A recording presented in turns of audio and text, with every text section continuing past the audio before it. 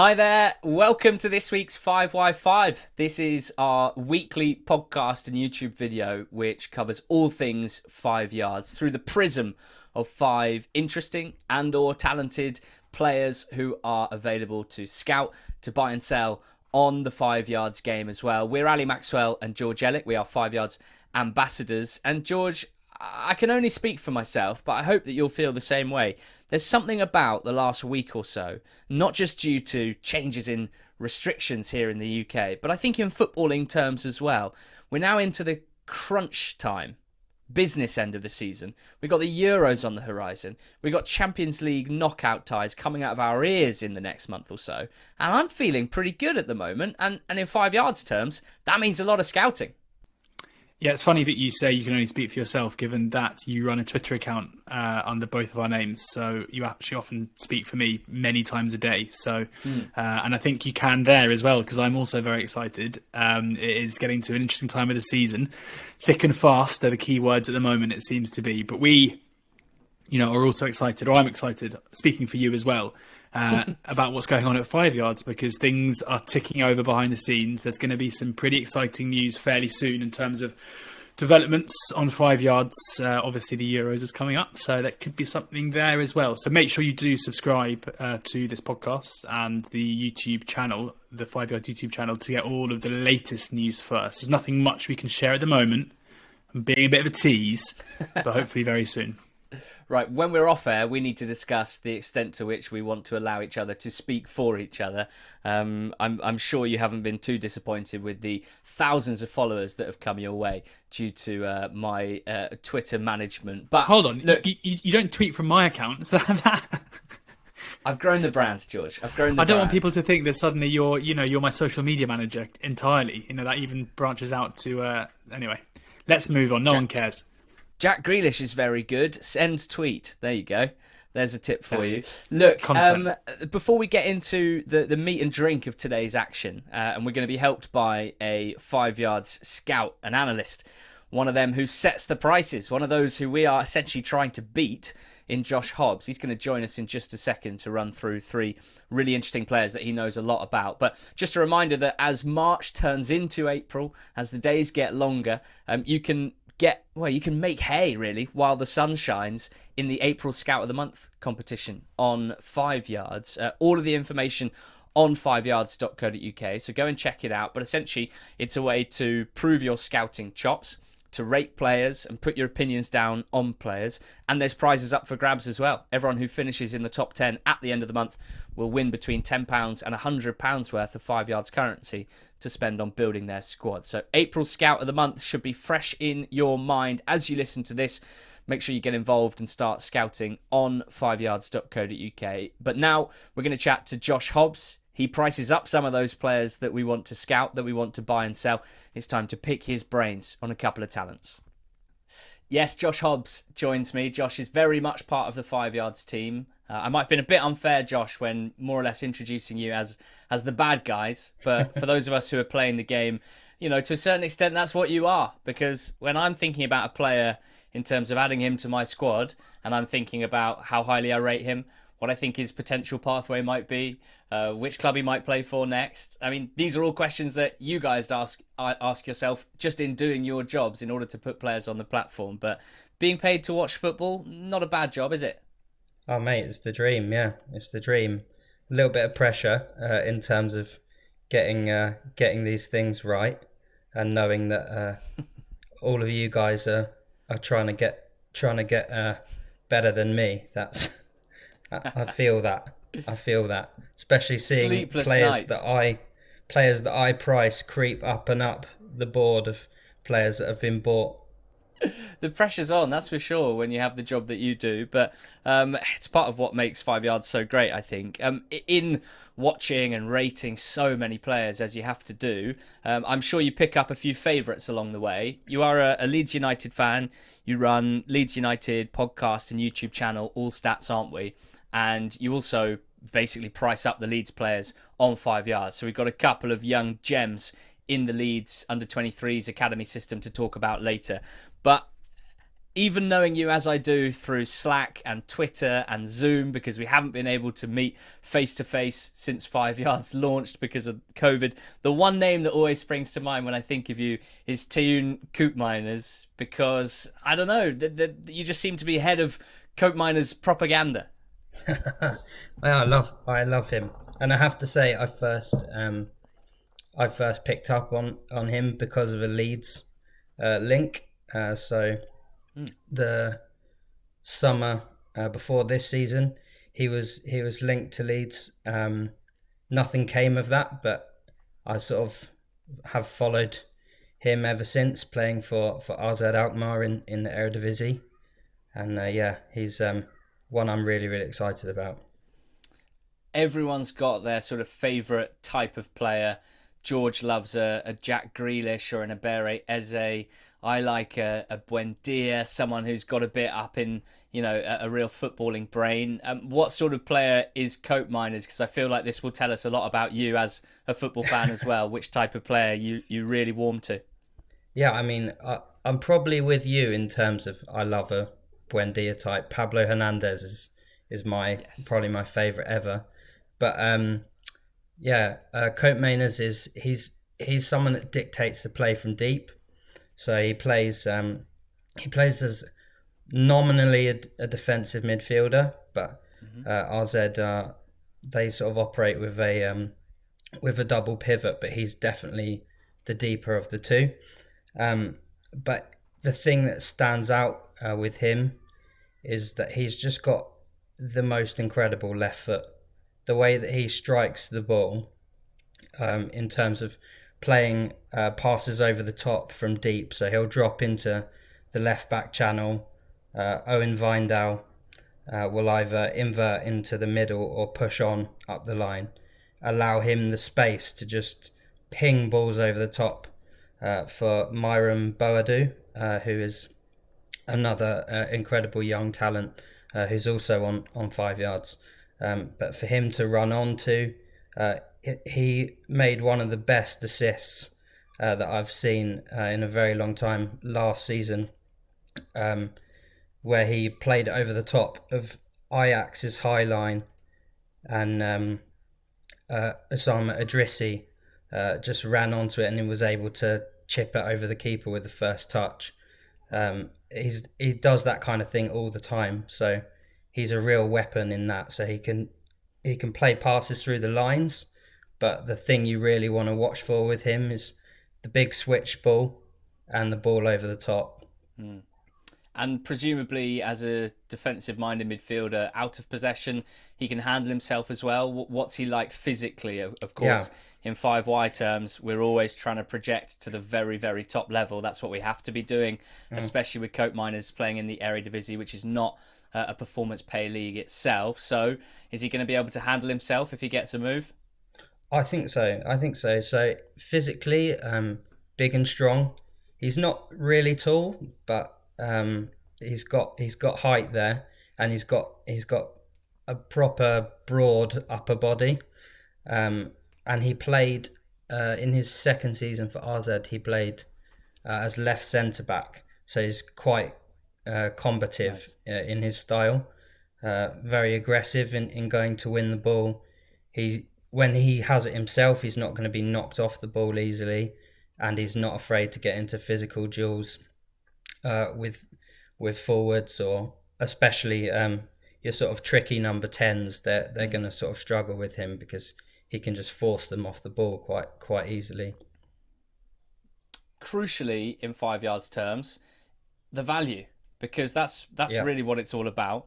He's currently on 5 Yards at £26 million.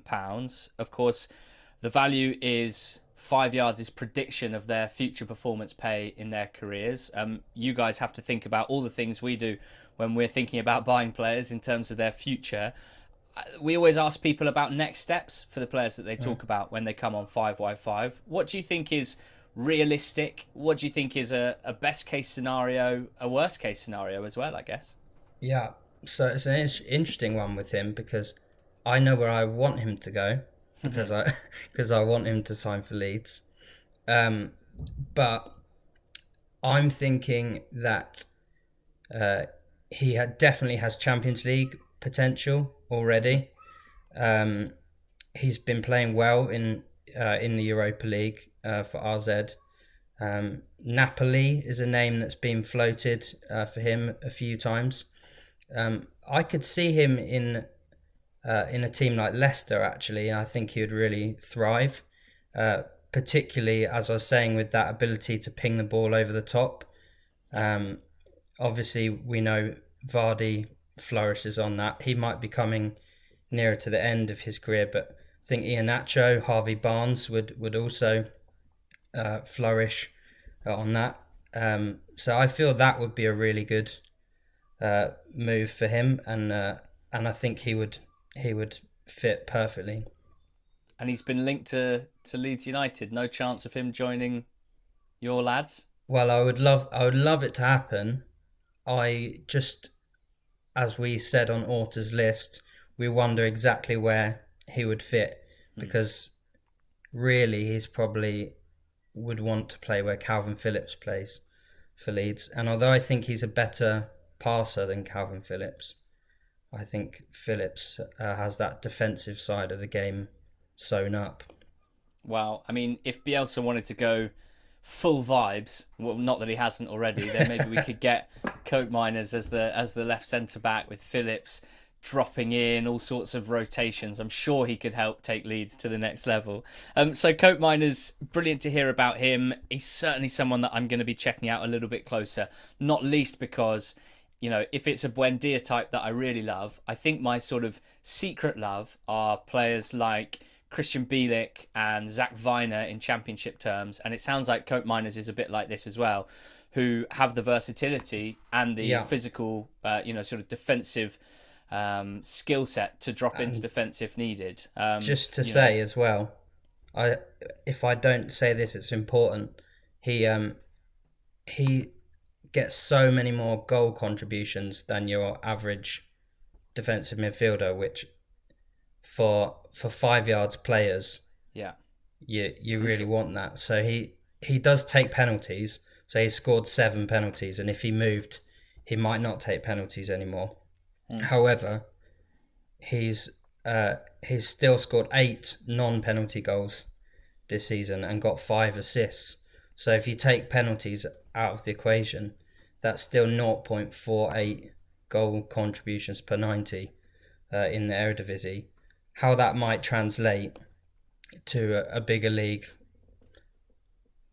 it's hard to know, but he's a beast in the air.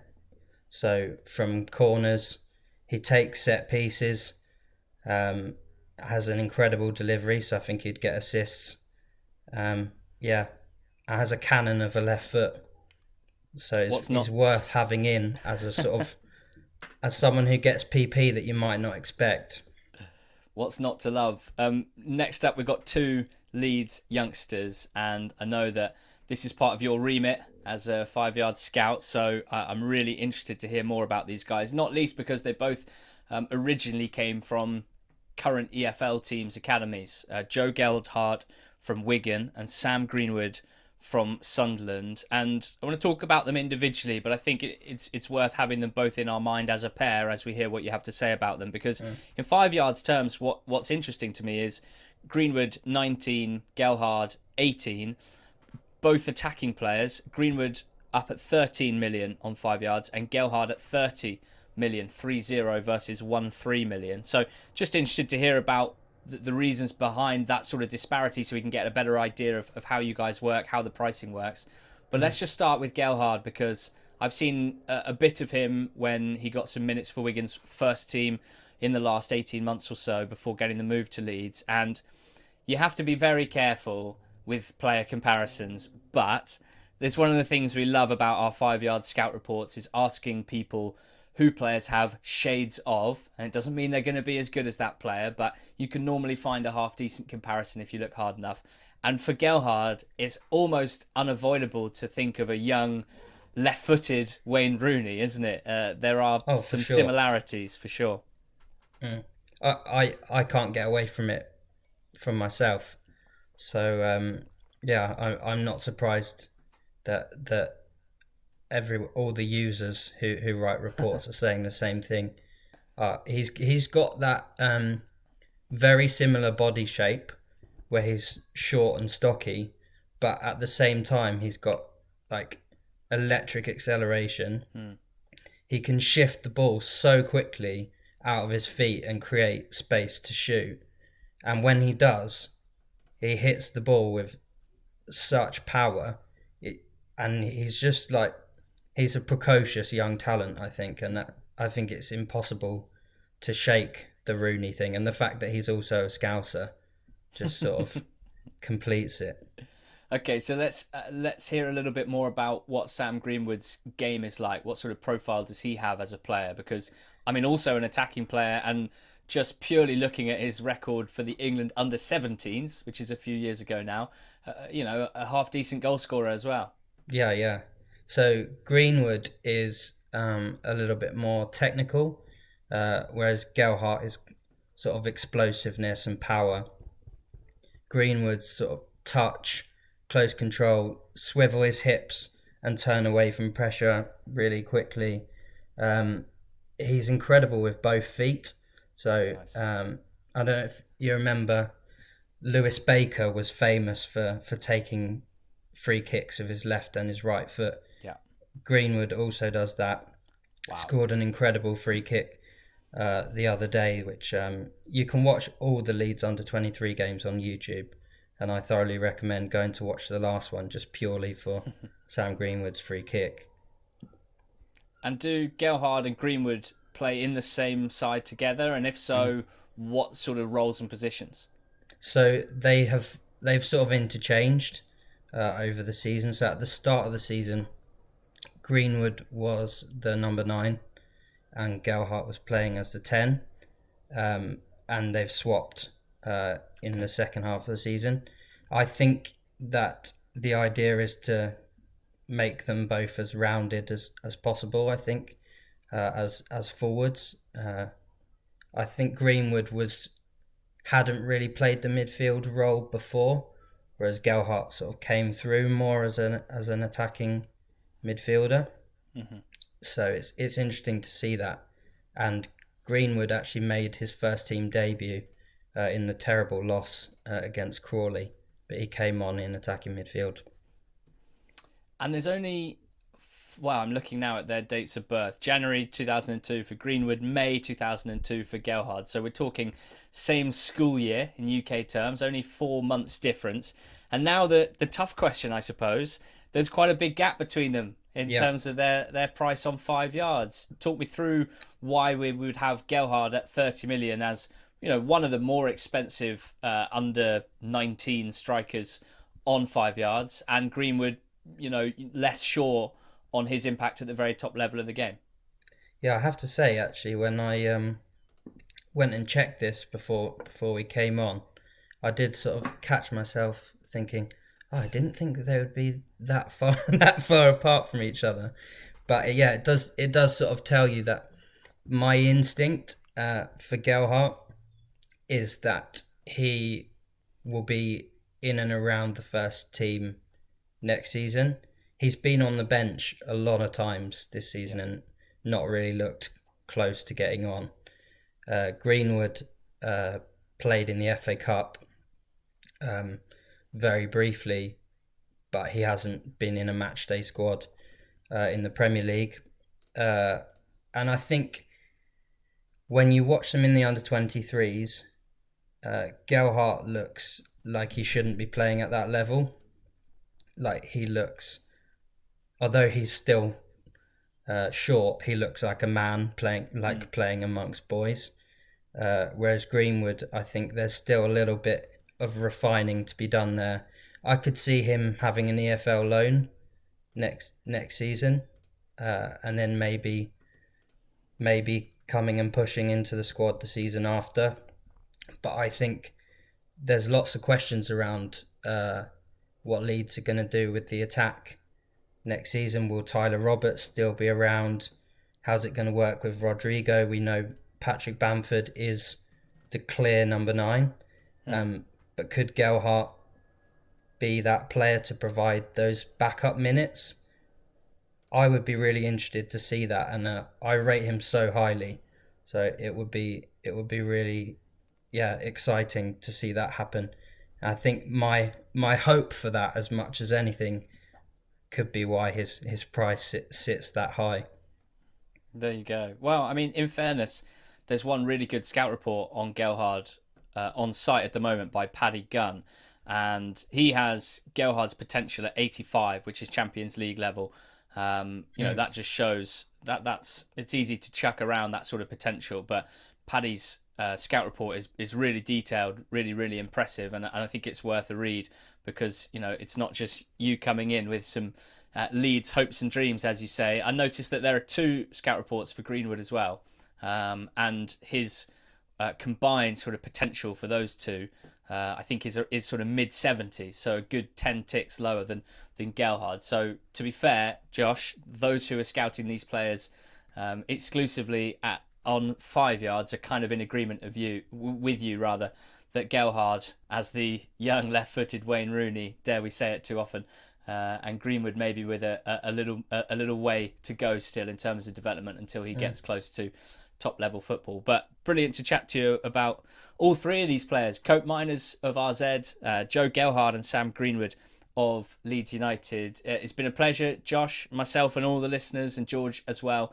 Going to continue to try and beat you and your colleagues. But just for 15 minutes or so, we can put the weapons down and just enjoy chatting about young players. And I hope you've enjoyed it. Right, as we move on from Josh Hobbs, it's time for George and I to give a little bit of analysis, a little bit of insight, if you can call it that. We're both going to focus on young attacking players in the Championship. I'll go first because João Pedro of Watford's been catching my eye, George, in 5 yards terms this week. So at that stage of the season where it feels like you could get value in getting ahead of teams that are going to be promoted from second tier to top tier in any leagues that have significant PP. But in the Championship, moving to the Premier League, of course, in performance pay terms, that is transformative for what a player could be earning in your squad. So João Pedro, that is an important one for me. He's 30 million at the moment on 5 yards, which for a 19-year-old Brazilian wonder kid is obviously seemingly quite low, but then you have to take into account that at the moment he's playing in the Championship with a fairly low PP return. He got a £1 million price rise about 2 weeks ago, but otherwise there haven't been any big moves. And João Pedro, I mean, we've watched a lot of Watford games together this season, and no one else has consistently made you swoon, I think, with a little bit of skill or a flick here and there or even a strike at goal as much as João Pedro. He was just 18 when the season started, wasn't he? And he's got 9 goals and 1 assist. I think amongst Championship strikers, it would be wrong to suggest he's been in the elite tier. That's Pukki, Tony, Adam Armstrong, maybe Lucas João. But he's a level or 2 down from that. He hasn't always played through the middle, so his numbers don't necessarily stack up too well against others, and there are some reasons for that. But where he has impressed is not just with his technical talent, that comes with the territory of being considered a Brazilian wonder kid, but also with his attitude, with his durability, physically coping with Championship defenders, close attention of him, and his availability as well. He's missed 4 games through injury, 1 through suspension, but when he's been available, he's played almost 80% of Watford's minutes. So I wouldn't say he's been one of their absolute star men, but a key player for them in what looks like a campaign that will end in promotion. He's got plenty of areas to improve, João Pedro, as you'd expect of someone of his age. He's shown nice touches in build-up, but he hasn't created too many chances for his teammates this season. He's shown a goal scorer's instinct in flashes, plenty of tap-ins, and a couple of screamers as well, but certainly not a consistent sort of stone-cold killer just yet. There's plenty of improvement to come, that's for sure, and the quality he's shown, I think, is what excites people most. There are some great scout reports of him on 5 yards already. They have an average potential from those who have scouted him of 88, and that is Champions League level, and that's what's pretty exciting, and that's what I agree with. I think a scout called Capitalist wrote a brilliant report, and I think this segment was really apt. He said it's tempting to make the comparison with Richarlison, and there are some similarities. Both players are deceptively strong, and in some respects, almost a hybrid of a typical British and Brazilian type player, strong but with great technique. Richarlison is 5 years older, so it'd be interesting to see where João Pedro is in 5 years' time. Sadly for us Watford fans, almost certainly bigger and better things than Vicarage Road. And I'd venture to say he's got a higher ceiling than Richarlison, though he's also got a lower floor in that while he's got the potential ability to be a top player in the Champions League, he may fall short, whereas Richarlison is already an established Premier League striker. And these are hitting on all the crucial questions that you have to ask yourself in 5 yards terms before buying a player for your squad. I guess the first and foremost, the question is, do you think Watford are going up? The current odds suggest an 80% probability of them being in the Premier League next season, and therefore João Pedro being a Premier League player next season. But then the next question is, if they do go up, do you trust them to give him a proper chance? And that's where I can't say for sure. With the current situation of Watford, you don't know for sure if they will be an established Premier League side over the next few years. So I think the next few years are a little uncertain for João Pedro in terms of pathway. But at his age, there's a part of me that thinks it doesn't really matter. That he's already shown enough at Fluminense and at Watford, playing minutes, scoring goals, at an age where most strikers aren't even playing for first teams at the top level. So I think he's shown enough that top clubs will have such a close eye on him, will be ready to pounce if there's ever a hint of availability at a good price. And I do think that the potential is there for him to be a star of the future. There's so much that can happen in a player's career between, let's say, 19 and 24. That means, as Capitalist notes, he might not make anything near Richarlison's current level, but he could get so much higher. And that's what's exciting for me. Given the amount of years left, his position as a goal scorer, therefore good for PP, his visibility at such a young age across the world stage, I think he's got a good chance of making it. And I guess from a term of looking at it as an asset, the 30 million buy price at the moment, can you imagine the hype, George, around João Pedro if Watford back him next season in the Premier League? Even if he has a half-decent campaign at the age of 19, 20, I mean, all eyes are going to be on him. So an interesting one to think about at the moment. Watch some clips of João Pedro. Firstly, because he's fun to watch. Secondly, I think he could be quite an interesting prospect in terms of 5 yards. I'm personally going to buy a small chunk of him today. I want to be along for the ride because he's such an exciting player. And João Pedro at 30 million, one of the more expensive Championship players on 5 yards, but someone that I'm going to be getting involved with. And to finish us off, George, you're going to take us through someone who's being added to 5 yards this week, along with a couple of others. Yeah, a few interesting players going up on 5 yards this week. I'm going to read out a few of them before talking about the player that I'm going to talk about. And I think it's one of the funnest stories in football at the moment, but we'll get to there. We've got Denzel Dumfries, Gabriel Gudmundsson, Glenn Kamara, Ibrahima Konate, Kai Ludvigsen, Marcus Llorente, Matthew Cox, Ritsu Doan, just a few of the names who are going up fairly soon. But the one that I'm going to talk about is Daryl DK, who is on loan at Barnsley from Orlando. And his story, before we even get into who he is as a footballer, is awesome. I mean, it's kind of, I think, what 5 yards is all about, because even to get where he's got to so far, it feels more like a kind of Hollywood film than it does an actual story. He's a guy who came through the college system in the States, was picked in the draft last January. I mean, all this stuff already seems so foreign to go to Orlando. Annoyingly, the MLS changed the Rookie of the Year award to a Young Player of the Year award last season, which meant that he came third in that, but was the highest ranked rookie, so would have won Rookie of the Year had it not been the case.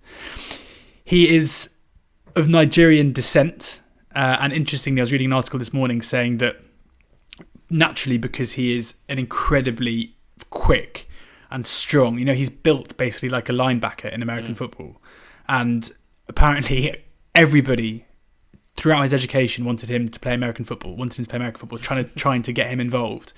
And his parents, who are, traditional, hate American football and think it's incredibly unsafe, and so basically forbid him from playing American football, which is why he's ended up being a soccer player. And his talent and what he has got in his locker and what Barnsley fans are seeing pretty quickly is like well above Championship level. There's a great piece in The Athletic that was out this week, and a really nice kind of nugget there was he made his friendly debut for the US back in January, a year after the draft, even though he's still eligible actually to play for Nigeria if he wants to, because it was just a friendly.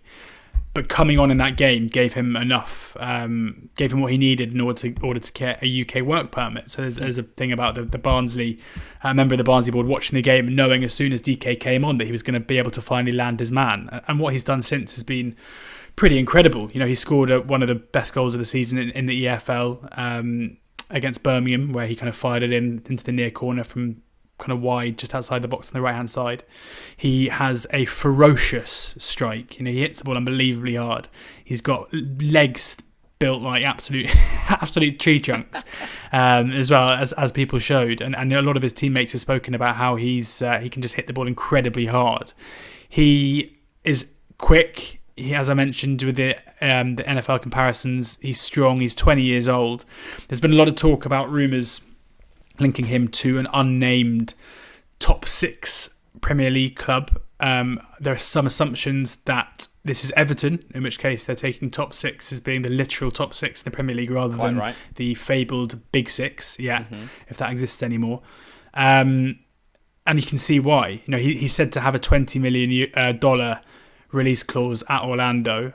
They were said to have rejected a bid in January, or not in January, it must have been in the last couple of months, of $10 million. I mean, 10 million seems like an absolute snip. This is a guy already playing, in his second season of football, having come over from the States and bossing the Championship.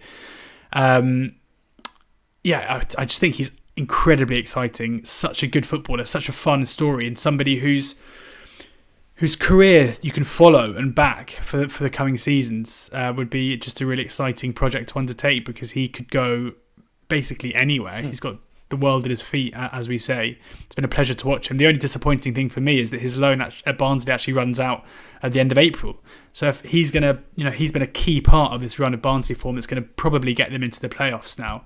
And then they're going to lose him. They're not going to have him available either for the last weekend of the season or for the playoff campaign, because the MLS season starts again. I guess the only way that could possibly change is if one of these clubs do come in for him and secure him for next season, in which case would Orlando want him back just for a month or so? We'd have to see. But yeah, Daryl Dike, I'm intrigued to know what he's going to go up at. We know that when he leaves Orlando, it's probably going to be, maximum $20 million. Maybe they'll go for under that. But an exciting player and a great story as well.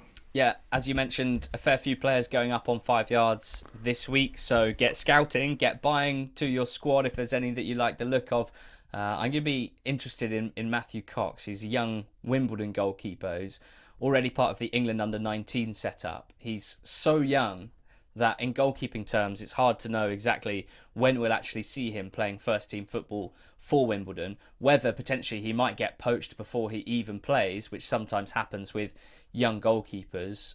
But yeah, certainly an interesting prospect, because I guess coming through at Wimbledon, they are probably more likely to chuck him into the first team than a team at a higher level. So Matthew Cox, definitely one to watch. We obviously did a goalkeepers special a couple of weeks ago with James Maley, so maybe we'll get him back on to chat Coxie at some point. But so much excitement on 5 yards. The Scout of the Month competition for April starts again in earnest. Try and get yourself in that top 10 on the leaderboard, and you can win prizes of 5 yards currency to use towards your squad. Thanks to Josh Hobbs for joining us. I always feel a bit bad because in my head, the scouts, the analysts of 5 yards are kind of the baddies. Like, those are the people that we're trying to beat here. But it's always interesting to hear their insights. So thank you to Josh. And thanks to George. We'll talk to you again next week, guys. Go well.